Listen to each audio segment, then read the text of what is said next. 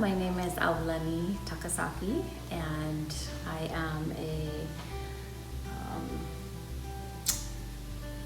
keiki o Hawaii, somebody who was born and raised here on Oahu, and as a child of our culture, one of the best ways to practice our culture is by actually feeding ourselves the foods that our Hawaiians ate.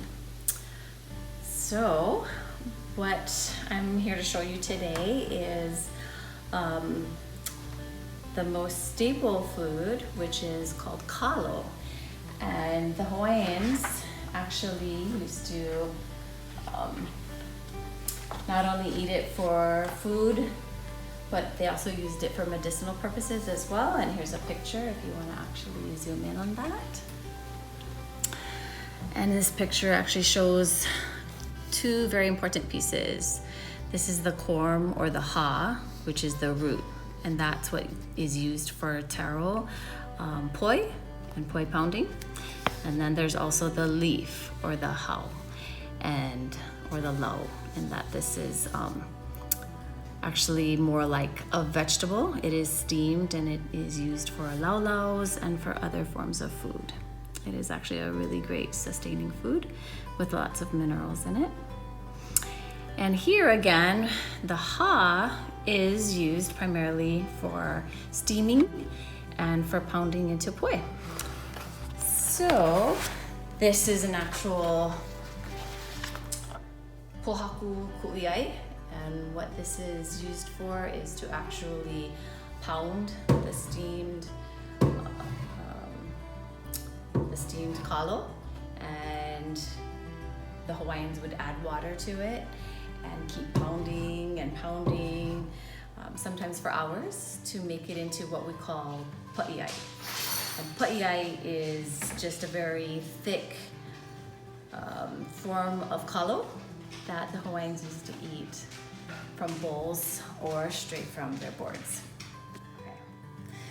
So there are two types of kalo, and the first one that I'm going to talk about is the wetland kalo, and that is primarily grown in a lo'i, which are big, large ponds of kalo being grown. And so one of the best ways to pass down this tradition is to teach your children how to enjoy the kalo fields and basically be able to huki or pull weeds and help to grow the kalo and help to actually run in it and play in it, because that's how they enjoy it, and that's how you start to teach your keiki an appreciation for the lo'i. The other way to grow it is through dryland kalo, which Kaley has some pictures of, and the dryland kalo is actually a little bit easier because you don't need to have running irrigation. So a wet lo'i needs running water to constantly be feeding and filtering through the lo'i in order to grow. And the dryland kalo takes about 6 to 8 months, and that can be grown in your own backyard. So it's just important to keep that knowledge in the family and to pass it down so that your children will continue the traditions that we have, and to be able to grow and to eat this healthy food, because it's one of the most healthy foods on earth.